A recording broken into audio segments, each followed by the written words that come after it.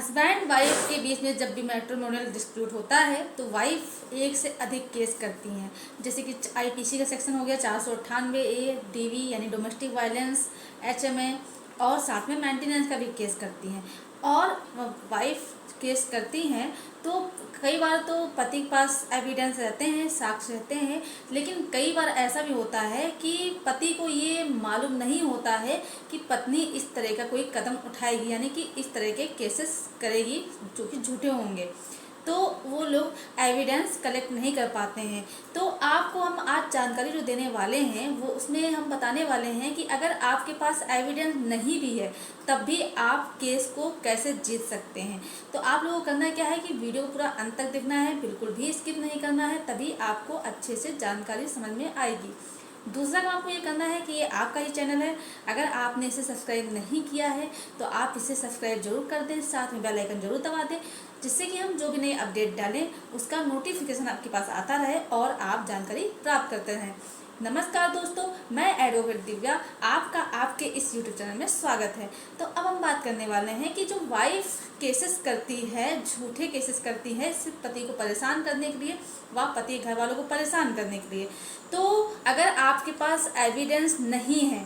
तब भी आप जल्दी से जल्दी 1-2 महीने में केस कैसे सारे ख़त्म करवा सकते हैं। तो ये जानकारी आपके लिए बहुत ही ज़्यादा महत्वपूर्ण है, तो आप बिल्कुल भी इस वीडियो को स्किप मत कीजिएगा। तो आप लोगों को जो हस्बैंड हैं, जो पति हैं, उनको कुछ चीज़ों का जरूर ध्यान रखना चाहिए। जैसे कि जब पत्नी केसेस करती हैं, एक से अधिक केसेस करती हैं, तो पति को ये चीज़ अच्छे से देखना है कि पत्नी ने हर केस में क्या मैटर लिखवाया है, क्या बात लिखवाई है,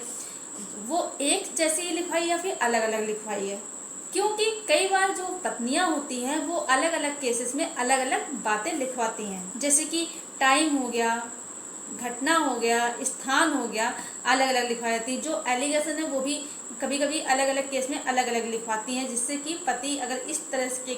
मैटर्स नहीं फंसता है तो जो हम दूसरी बात लिखवाएंगे हो सकता है उससे फंस जाए। तो आपको इस चीज़ में बहुत ज़्यादा ध्यान देना है। आपको केसेस सारे जो भी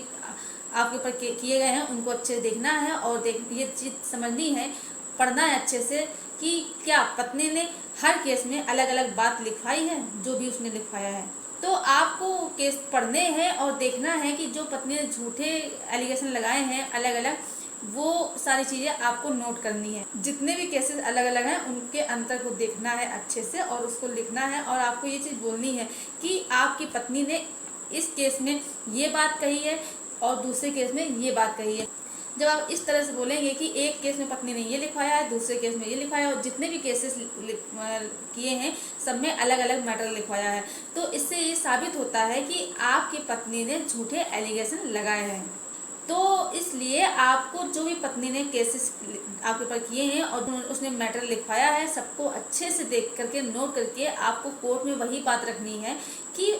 पत्नी ने अलग अलग केस में अलग अलग बात लिखवाई है। इससे ये साफ जाहिर होता है कि पत्नी ने झूठे एलिगेशन लगाए हैं, और जो पत्नी ने अलग अलग एलिगेशन लगाए हैं, अलग अलग बातें लिखवाई हैं, उनके एविडेंस यानी कि साक्ष्य आपको कोर्ट में प्रोड्यूस करना है और ये साबित करना है कि आपकी पत्नी ने झूठा एलिगेशन लगाया है। आप इस तरह से एविडेंस को कोर्ट में प्रोड्यूस कर सकते हैं, जो अलग अलग बात लिखी है उसको आप साबित कर सकते हैं। और आपके पास अगर एविडेंस नहीं भी है तो आप जो केसेस अलग अलग प्रकार से जो कहानी बनवाई है पत्नी ने, आप उसे कोर्ट में दिखा करके आप खुद को सही साबित कर सकते हैं। अब बात यह आती है कि आप जल्दी जल्दी जो झूठे एलिगेशन लगवाए गए हैं और जो अलग अलग केस में अलग अलग मैटर लिखवाया गया है उसके आधार पर जल्दी जल्दी केस को कैसे ख़त्म करा सकते हैं। तो आपको हाई कोर्ट अप्रोच करना होगा, और जो 482 धारा है उसके तहत आप क्वेश्चन के लिए जा सकते हैं FIR व चार्जशीट के आधार पर। और आप हाई कोर्ट में जा करके वहाँ पर जो भी उसने एलिगेशन अलग अलग तरह से लगाए हैं उसको सबूत के तौर पर दिखा सकते हैं। आप कोर्ट को जो साक्ष्य हैं वो सारे दिखाने के बाद आप FIR या चार्जशीट पेश करा सकते हैं। तो आप जब एविडेंस दिखा रहे होंगे हाई कोर्ट में तो वहाँ पर आपको कन्विंस करना है कोर्ट को, आपको ये साबित करना है कि आपकी वाइफ ने अलग अलग केसेस में अलग अलग बातें कही हैं, जिससे कि ये साबित होता है कि आपकी पत्नी ने गलत एलिगेशन मेरे ऊपर लगाए हुए हैं। और अगर आपको ऑनरेबल हाई कोर्ट में एक अच्छा एडवोकेट मिल जाता है तो वो अगर अच्छे से आपकी बात रखते हैं, कोर्ट को कन्विंस करते हैं, तो हो सकता है कि आपको हियरिंग में ही रिजल्ट मिल जाएगा, यानी कि जल्दी आपको न्याय प्राप्त हो सकता है। मान लीजिए कि आप ऑनरेबल हाई कोर्ट में अप्रोच नहीं कर सकते हैं, आपके पास समय नहीं है या पैसा नहीं है या फिर किसी कारणवश, तो आपका केस जहां चल रहा है ट्रायल कोर्ट में, आप वहां पर स्पीडी ट्रायल के लिए एप्लीकेशन दे सकते हैं। और वहां पर आपको स्पीडी ट्रायल के लिए बोलना है और वहां पर जाकर के आपको जिस